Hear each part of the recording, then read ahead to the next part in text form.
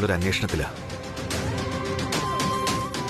രാജനന്ദിനി, Sreelakshmi, there is a connection between the two.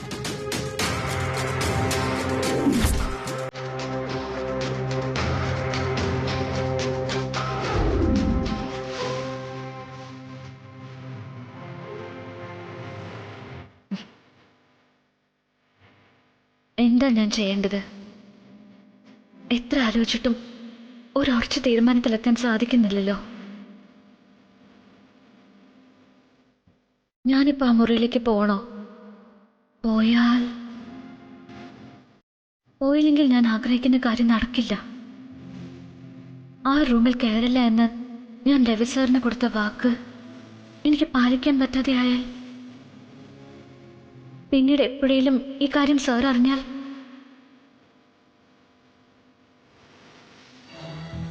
അന്ന് അഷ്ടമി ദിവസത്തിൽ സ്വബോധമില്ലാതെ കയറിയതുപോലെയല്ല മനഃപൂർവ്വമായി കയറുന്നത്.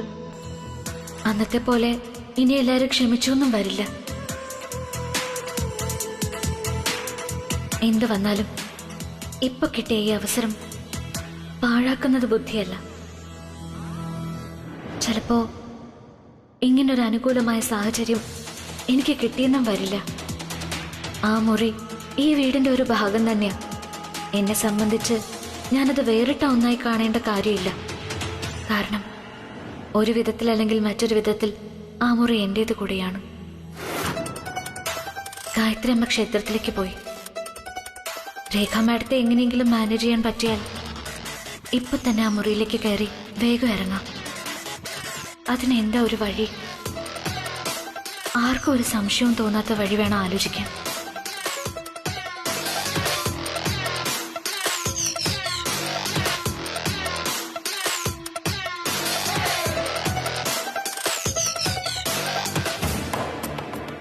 രഘു സാറിനെ ഒന്ന് വിളിച്ചാലോ?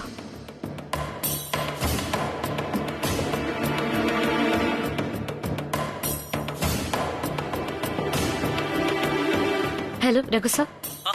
ലക്ഷ്മി, എന്താ വിളിച്ചത്? രേഖ എന്തെങ്കിലും കുഴപ്പമുണ്ടാക്കി അവിടെ?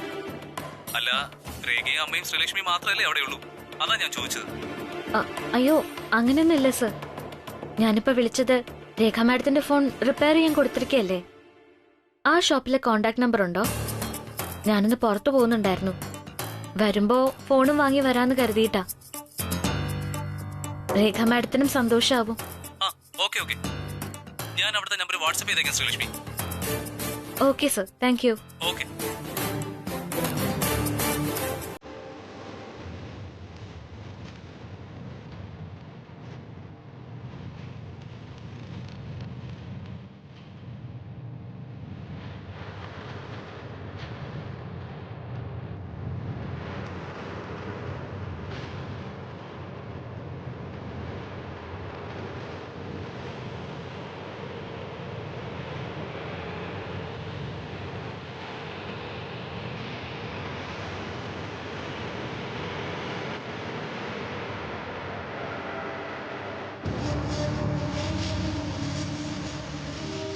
മാഡം,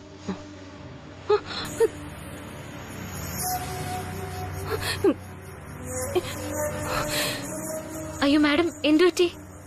എന്ത് പറ്റിയെന്നോ? മറ്റൊരാളുടെ റൂമിലേക്ക് കയറി വരുമ്പോ ഡോറ് നോക്കിയാണോന്ന് അറിഞ്ഞൂടെ ശ്രീലക്ഷ്മിക്ക്? നേരെ ഇങ്ങ് ഇടിച്ചു കയറി വരുവാണോ? മാഡം, ഞാനത് ഓർത്തില്ല, സോറി. ഡോറ് തുറന്നു കിടക്കുന്ന കണ്ടപ്പോ ഞാൻ... അതുകൊണ്ട് ചോദിക്കാതെ ഇങ്ങനെ അകത്ത് കയറി വന്ന് പേടിപ്പിക്കാണോ ചെയ്യേണ്ടത്? അതെങ്ങനെ? എവിടെ ഒരു മുറി കണ്ടാലും ചോദിക്കാതെയും പറയാതെയും അതിനകത്ത് കയറി എന്താണെന്ന് അറിഞ്ഞാലല്ലേ നിനക്ക് സമാധാനാവൂ? ഞാനങ്ങ് പേടിച്ചു പോയി. എന്നെ കണ്ട എന്തിനാ മാഡം പേടിക്കുന്നേ? അല്ല, എപ്പോഴാ ഓരോരുത്തരുടെ തനി സ്വരൂപം പുറത്തു വരുന്നെന്ന് അറിയില്ലല്ലോ. മാഡം, എനിക്കങ്ങനെ മാറാൻ മാത്രം സ്വരൂപമൊന്നുമില്ല. എപ്പോഴും എനിക്ക് ഒരു രൂപയേ ഉള്ളൂ. അത് മറ്റാരെക്കാളും എനിക്കറിയാലോ. എന്താ അറിയാന്ന്? മാഡത്തിന് അറിയാന്നൊന്ന് പറഞ്ഞേ, ഞാനൊന്ന് കേൾക്കട്ടെ. അന്നത്തെ പോലെ ഇവളുടെ മട്ടുമാതിരിയൊക്കെ മാറുകയാണല്ലോ ദൈവമേ. ഇനി കൂടുതൽ ഉടക്കിയ ചിലപ്പോ അന്നത്തേതുപോലെ എനിക്ക് വല്ലതും കിട്ടും. ഒന്നാമത് ഇവിടെ ഇപ്പൊ ഞാനും അവളും മാത്രമേ ഉള്ളൂ. അതുകൊണ്ട് ട്രാക്ക് ഒന്ന് മാറ്റാം. എന്താ മാഡം ഒരു ആലോചന? അയ്യോ ശ്രീലക്ഷ്മി, ഞാൻ അങ്ങനെ പറഞ്ഞതല്ല. മനുഷ്യരുടെ സ്വഭാവ മാറ്റത്തിന്റെ കാര്യം കോമൺ ആയി പറഞ്ഞു എന്നേ ഉള്ളൂ. അല്ല, ശ്രീലക്ഷ്മി എന്തിനാ ഇപ്പൊ ഇങ്ങോട്ട് വന്നേ? മാഡം അത് വെറുതെ ഒന്നുമില്ല. ഞാൻ ചില ആവശ്യങ്ങൾക്കായി പുറത്തേക്ക് പോകുന്നുണ്ട്. അതിന് എന്റെ അനുവാദം വേണോ? താൻ പോയിക്കോ. മാഡത്തിന് എന്തെങ്കിലും വാങ്ങണോന്ന് അറിയാൻ വേണ്ടിയിട്ടാ. അയ്യോ, എനിക്കൊന്നും വാങ്ങണ്ട. Okay madam.